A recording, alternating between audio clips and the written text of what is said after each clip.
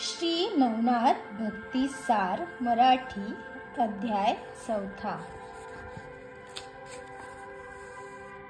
श्री स्वामी समर्थ श्री नवनाथ कथा सारांश अध्याय 4. हिंगळा देवीच्या दर्शनासाठी मच्छिंद्र निघाला. वाटेत घनदाट अरण्य लागले. तेथे झाडी मागेच एक शेकडो हात रुंद व उंच असे प्रवेशद्वार दिसले. त्या द्वाराचे रक्षण करणारे 8 भैरव होते. त्यांनी मच्छिंद्राची परीक्षा बघावी म्हणून त्यांच्या समोर एकदम गोसाव्याच्या वेशात प्रकट होऊन विचारले, काय रे ब्रह्मचार्या, कोठे जात आहेस? तो म्हणाला, मी हिंगला देवीचे दर्शन घेण्यासाठी आलो आहे. तुम्ही पण येता का? तेव्हा ते म्हणाले, अरे आम्हीच या देवीचे द्वारपाल आहोत. येथे येणाऱ्याला त्याच्या पापपुण्याचा झाडा द्यावा लागतो. तुझे पापपुण्य सांग, मी आत जा. त्यावर मच्छिंद्र म्हणाला, मी पाप व पुण्य हा भेदच जाणत नाही. सर्वच कर्मे मी ईश्वरार्पण केली आहेत. आता कुठले पाप नि कुठले पुण्य? चला मला जाऊ द्या. ते भैरव रागावले व बोलले, अरे देह आहे तोवर देहाचे प्रारब्ध कर्म कोणाला सुटले आहे का? जोवर देह प्रारब्ध आहे तोवर काहीतरी पाप पुण्य होणारच. आणि कपटाने तू खोटे बोलतोस तर तुला शक्तीचे दर्शन होणार नाही. मच्छिंद्रनाथ हसून म्हणाला, प्रत्यक्ष यम व शंकरही ज्या ब्राह्मी स्थितीपुढे निष्प्रभ ठरतात त्या स्थितीत मी आहे. तिथे तुम्हा शूद्रांच्या दमदाटीला कोण भीतो? त्याचे हे बोलणे ऐकून 8ही भैरव नाना प्रकारची शस्त्रास्त्रे घेऊन त्याच्यावर धावून गेले. पण मच्छिंद्रनाथाने चिमूटभर भस्म घेतले व सर्व देवतांना संरक्षणासाठी आवाहन करून ते भस्म वज्रपंजर मंत्र म्हणून आपल्या भाळी लावले. तत्क्षणी मच्छिंद्रनाथ वज्रासारखा कठीण झाला आणि त्या भैरवांना म्हणाला, या युद्ध करायला या. तुमचा काय पराक्रम आहे तो दाखवा, नाहीतर कोरड्या विहिरीत जीव द्या. भैरवांनी आयुधे सरसावली आणि त्याच्यावर भयंकर मारा केला. पण सर्व शस्त्रे बोथट होऊन परत गेली. मच्छिंद्रनाथ जसाच्या तसा उभा. मग वायू, मोहिनी, इंद्र, नाग, ब्रह्मा, रुद्र, दानव, कृतांत इत्यादी देवता ज्यावर आहेत अशी भयंकर अस्त्रे भैरवांनी त्याच्यावर फेकली.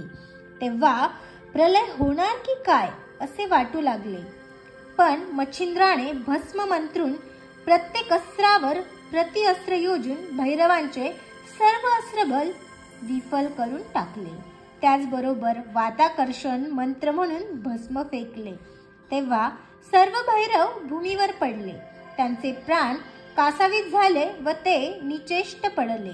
तिकडे हिंगळा देवीने म्हणजेच अंबेने आपल्या मुख्य 5-7 मातृकांना युद्धाची वार्ता समजून घेण्यासाठी पाठवले.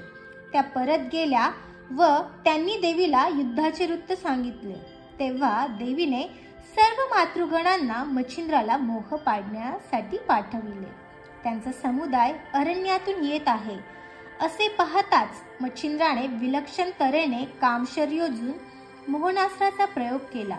त्यामुळे सर्व दासींना स्वतःची स्मृती न राहून त्या वेड्यासारख्या नाना प्रकार करू लागल्या. त्या नाचत ओरडत हातवारे करीत गाणे गाऊ लागल्या. मग त्यांच्यावर मच्छिंद्राने विद्या गौरवस्त्राचा उपयोग केला आणि वातास्त्र सोडून त्या मातृका गणांची वस्त्रे त्यांच्या शरीरावरून सुटतील व दूर उडून जातील असे केले.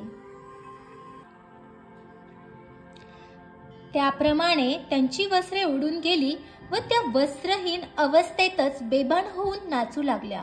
त्यानंतर मच्छिंद्राने क्रियाशक्तीने त्या प्रत्येकीला समोर दिसतील असे अनेक सुंदर पुरुष निर्माण केले व त्याच वेळी त्या मातृकांवरील मोहनास्त्र आवरून घेऊन त्यांचे देहभान त्यांना परत प्राप्त करून दिले. मातृका भानावर आल्या.